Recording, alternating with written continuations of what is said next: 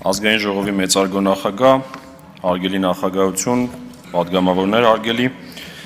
ձեր ուշադրությանը ներկայացնում նշված վարկային համաձայնագիրը վավերացնելու մասին օրենքի նախագիծը։ Նախ համաձայնագրով նախատեսվում է ներգրավել բյուջետային աջակցության վարկ 50 միլիոն եվրո գումարի չափով։ Հաշվի առնելով վարկի բնույթը, այսինքն բյուջետային աջակցության բնույթը, միջոցներն ուղղվելու են 23 թվականի բյուջեի մասին օրենքով սահմանված պակասուրդի ֆինանսավորմանը կամ ծախսերի ֆինանսավորման կարիքի բավարարմանը, որի համար ազգային ժողովը արդեն պետական բյուջեի մասին օրենքով հաստատել էր 350 միլիոն դոլար բյուջետային աջակցության վարկերի ներգրավում, սակայն մի կարևոր հանգամանք կա այստեղ, հաշվի առնելով, որ մեր կապիտալ ծախսերը պլանավորված 550 միլիարդ գերազանցում են մեր պլանավորված 290 միլիարդ պակասուրդը,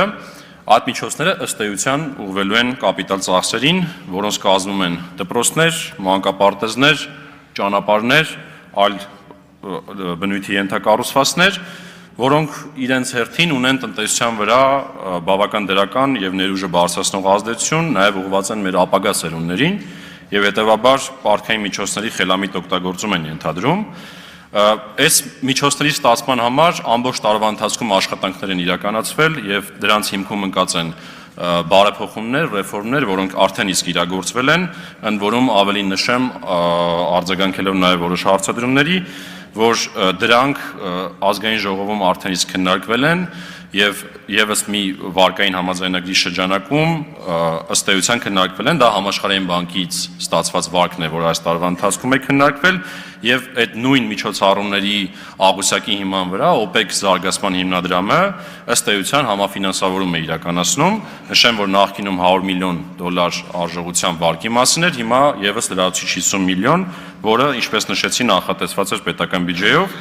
Այնուամենայնիվ, ես կցանկանայի անդրադառնալ նաև այն բարեփոխումների շրջանակին, հիշեցնելով, թե ինչ են քննարկել նաև նախորդ վարկային ծրագրի շրջանակներում, նախ անունը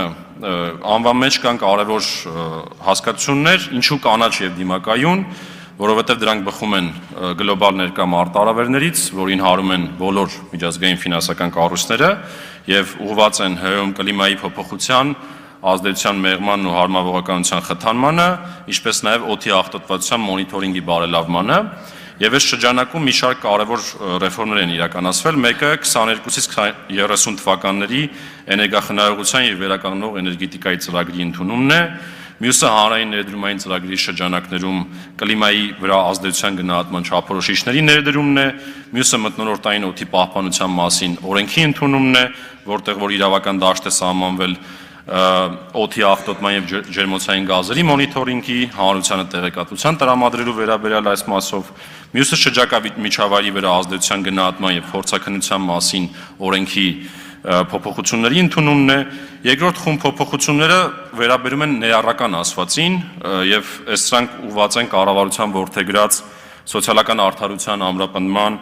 եւ մարդկային կապիտալի զարգացման ուղղված տնտեսական զարգացման մոդելին, այստեղ էլ կան կարևոր միջոցառումներ, օրինակ ընտանիքի ապահովության գնահատման նոր համակարգի մշակումը եւ ներդրումը, Հայաստանի Հանրապետության կրթության մինչև 2030 թվականի զարգացման պետական ծրագիրը, որը որ հաստատվել է ազգային ժողովի կողմից եւ որտեղ շեշտադրում կա STEM առարկաների նկատմամբ կամ ԲՏՃՄ առարկաների նկատմամբ եւ իհարկե կան որոշ այլ բարեփոխումներ, որոնք միտված են մրցակցության խթանմանը, հակակոռուպցիոն եւ արդարադատության համակարգի բարելավմանը։ Վարկը եվրոյով է, ինչպես նշեցի, տոկոսադրույքը երկու կոմպոնենտ ունի, 6 ամսյա Եվրիբոր եւ ֆիքսված սպրեդ, որը 1.6% է եւ ներկա գնահատումներով 5.6% է ըստ էության կազմում տոկոսադրույքը,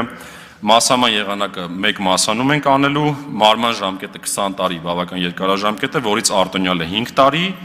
ինչպես նաեւ կան որոշ կոմիսիոն վճարներ եւ այս զեկուցումը հաշվի առնելով առաջարկում եմ